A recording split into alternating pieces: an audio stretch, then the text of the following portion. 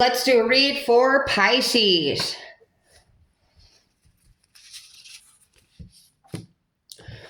Dry and hanging.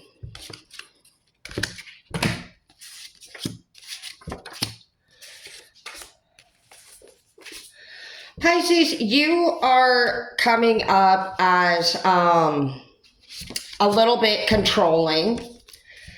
We have survey, we have arrest, we have law and grace.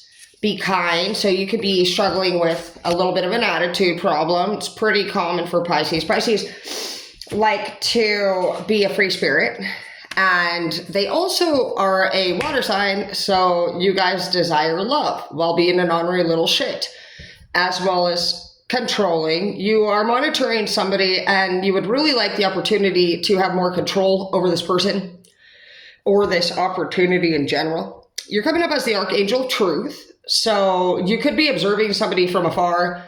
It says detachment right there in front. Things have been challenging for you, but you are coming up as a master manifester. You're very strong-minded. So in this chapter, it looks like you struggle with wanting love, but also wanting to be a free spirit. So you have some reports coming. Somebody could be surveying you. Somebody could be controlling you in your life at this time, or vice versa. It's not uncommon for Pisces to have somebody that they answer to. And that could be what you would like to break free from. You could be thinking about possibly, for some of you guys, going to California. Or there could be somebody in California that means something to you.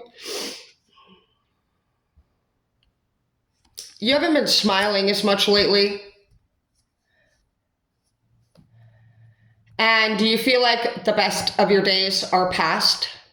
And you're just slowly shifting into a chapter where your health could be something that is the most important. You haven't awoke when it comes to a certain something yet. It could be what the Lord wants for you instead of what you've wanted for yourself. You could be somebody who believes that you need to be in charge of yourself and that it's up to your way of thinking and your planning that is going to get you through the day and towards this future. But I'm hearing that you need to relax. And during this time of detachment, you need to connect with your Lord. So that you can experience a deeper sense of joy.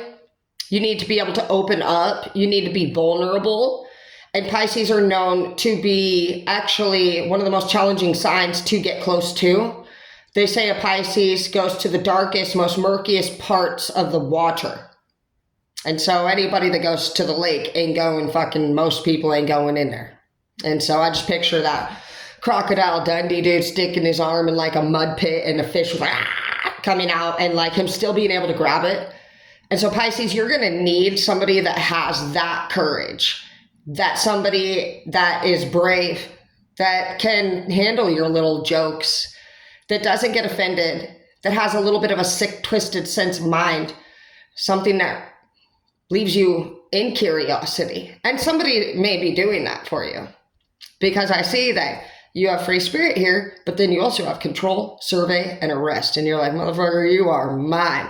So Pisces, you could be experiencing a big crush on somebody. And you're over here thinking, how do I make this happen? So let's pull a couple cards and see what this person or opportunity has to say about you. This person's coming up as confused. We also have visit your sister. At least it's coming up as a dirt digger and a blackmailer in the reverse. And fidgety and anxious. Snowflakes in the reverse. So this person could have had a setback that honestly they still need to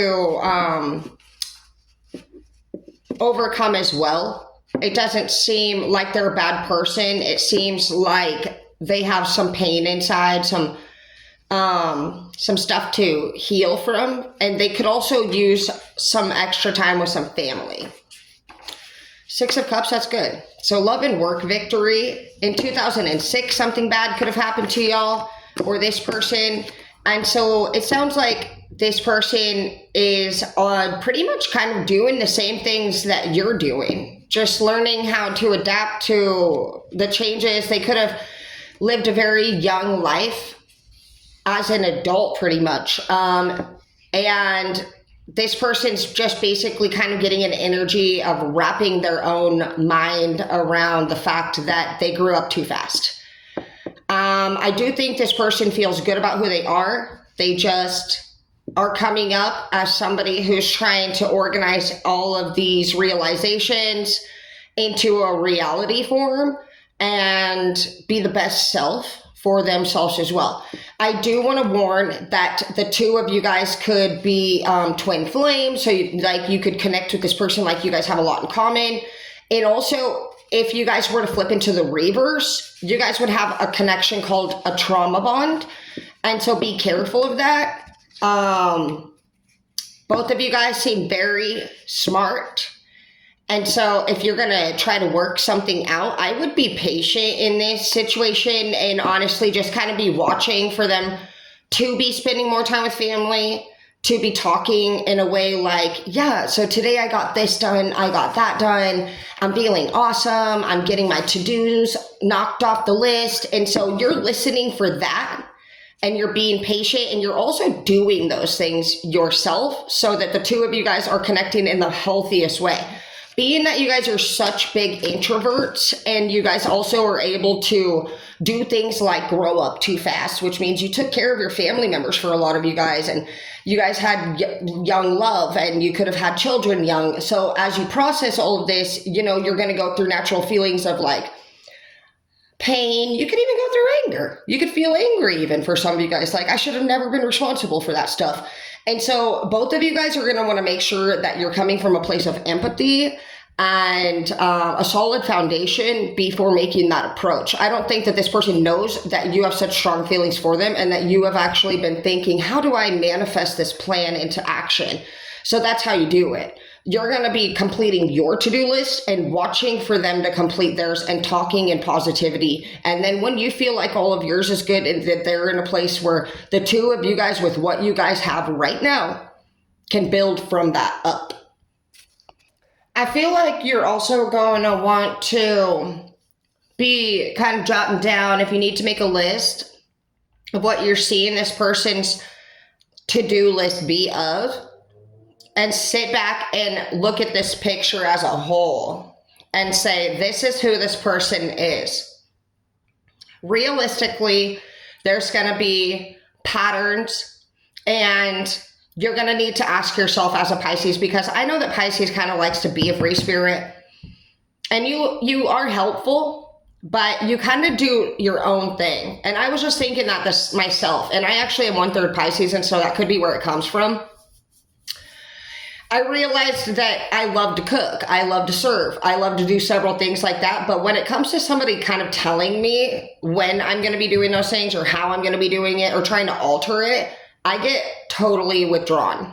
And so I want you to just look at every little thing that they're doing and ask yourself, would I actually really want to do that?